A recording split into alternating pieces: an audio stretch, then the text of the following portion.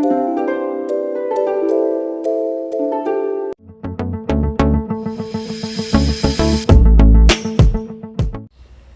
back to my channel. So today magpapalit tayo ng interior ng Fiido Electric Scooter Q1S model. Kasi yung unang dati na pinalitan ko to is nabali, naputol itong pito ng bike. So pinalitan ko siya ng interior. Unfortunately, yung interior na nabili ko is straight yung pito. So nahirapan akong bombahan to kasi hindi mo pumapasok yung mga pambomba dahil maliit yung rim nya.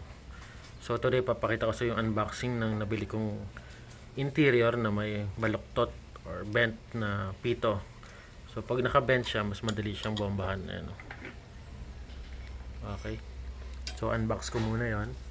By the way, this is an electric scooter, Fiido Electric Scooter Q1S model. Maliit yung gulong niya sa likod, tapos may tube siya. Hindi katulad ng ibang mga gulong na tubeless. Ito, may interior sa loob. So, madali lang palitan yan. Kailangan natin baklasin to, itong brake, tanggalin yan, tapos makikita nyo kung anong itsura. Okay? Okay, so for this video or vlog, we need some adjustable wrench, hex screw or Allen wrench, tinatawag yan. Tapos kung meron lang kayong mga flat screwdriver, ito, wala kasi ako ng pantanggal ng gulong. Kailangan yun, iaangat nyo yan dyan para mawala. Then ito na yung pinadala sa akin, or in order ko na 12.5 by 2.125 na e-bike tire interior with bent valve or baluktot na pito. So ilalagay ko na lang dyan yung picture or your link kung magkano siya. By the way, sa Lazada galing to, and shout out to Bems Bicycle. Ayan. Bems Bicycle e-bike motorcycle parts. Taga ano sila, Bagong Bayan, Quezon City. Ayan, 280 pesos yung binili ko dito. Buksan na natin. Kasi yung una kong binili, yun nga, diretso yung pito. Ito problema. So ganyan itsura niya, ganda. CST tires. Okay. Unbox lang natin to. Ating interior with bent valve or baluktot na pito. Ganda, nakabox. Yung dati kasing pinagbilhan ko, ano lang siya, interior lang talaga. Ayan siya. Ang pinaka size nito is 12.5 by 2.125 or 12.5 by 2 1/4. Yan siya, baluktot yung valve nya. Yan, CR20-202LA60. So I think 60 PSI ang pwede mong ilagay dito. Ito yung itsura nya. Yan, pareho lang din ng interior na tinanggal ko. Pareho nito. So malamang ito na talaga yung interior para sa Q1S model na to. Ayan, baluktot na yung pin nya. So, mas madali na siyang bombahan. Okay. So stay tuned para pakita ko sa inyo kung paano magkalas ng gulong ng Fiido bike.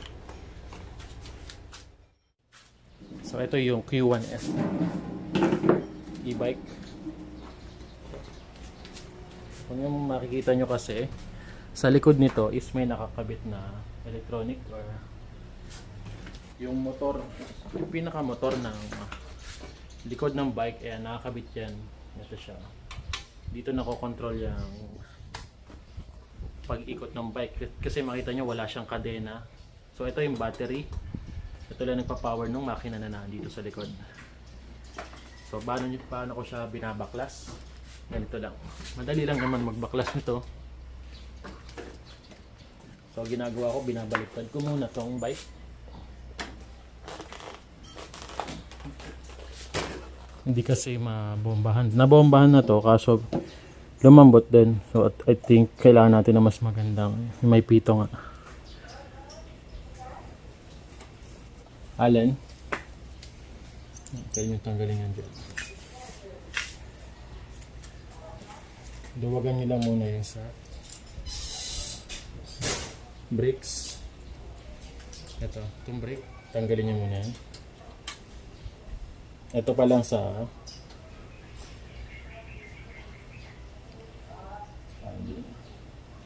tanggalin nyo muna to yung para sa inyong splash guard, tawag ba dyan? Brakes. Ito.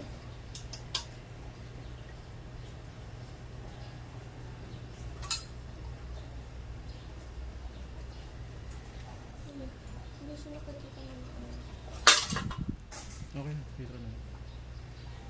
So ayan, nakita nyo natanggal na yung sa disc brake nya. Dito yung kumakapit.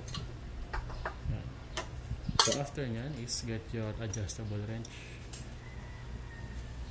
So, tanggalin nyo ng kabilaan.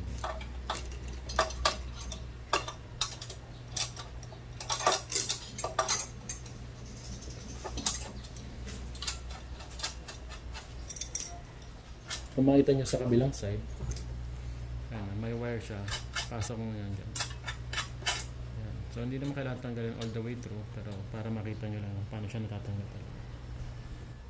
Okay na pala, itanggal na.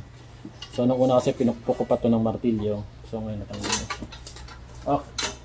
So ito na siya, yung ating tire. So ito na yung tire natin. So kailangan nyo lang iangat tong goma. Ayan.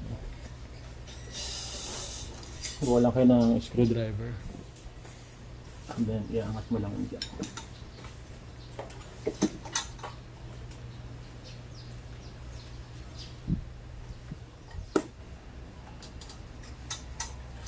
Tanggalin ko lang muna yung inyong top. Pwede nyo sumulan. Ito, side na to.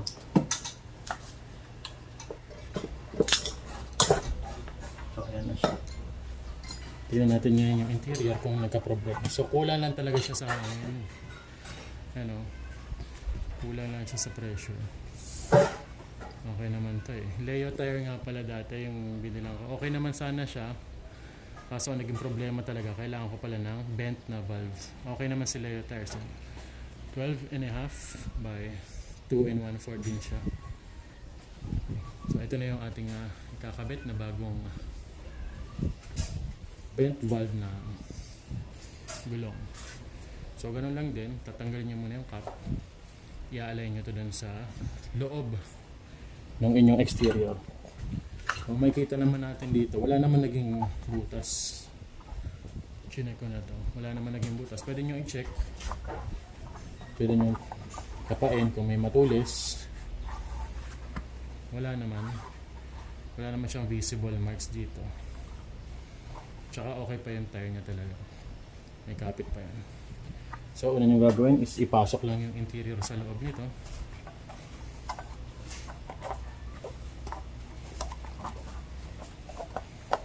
Ayan.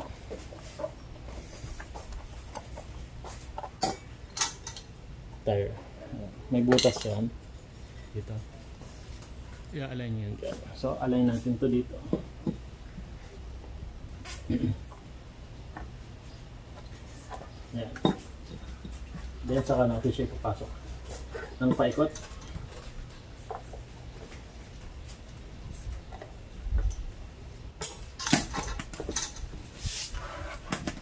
Ayan. Pasok na natin yun. Kailangan naman ipasok to, tapos ready na yung bomba. Ayan na. So ayan. Makikita nyo ngayon na vent valve na siya. Mas madali na siyang bombahan yan. Kahit pa paano. Okay. Then ito babalik. I-align nyo lang yan.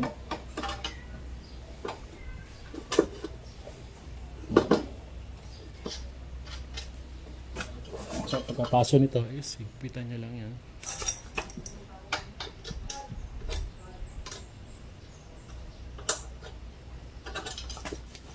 Secure nyo lang yan.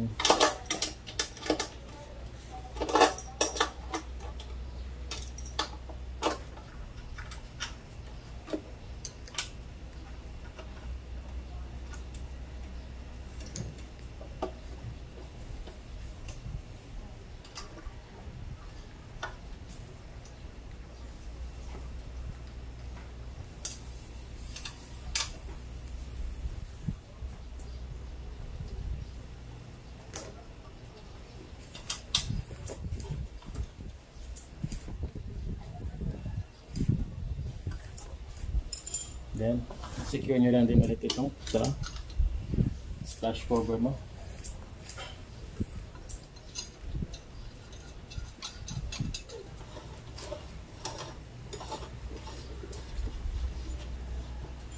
Try natin.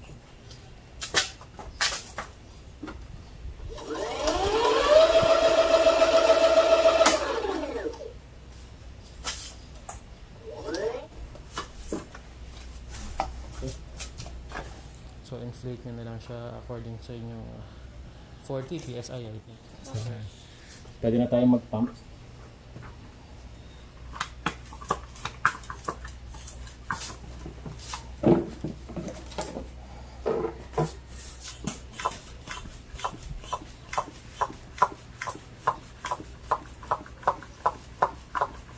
PSI na siya.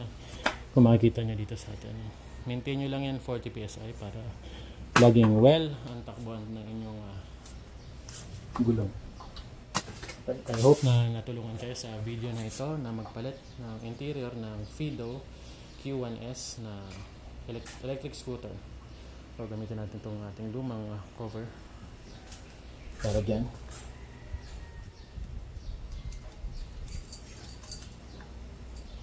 By the way, kung hindi ka pa nakasubscribe sa channel ko, mag-subscribe ko na. Click the bell icon so you get notified when I post new videos. Thanks for watching and hope to see you again on my future DIY videos.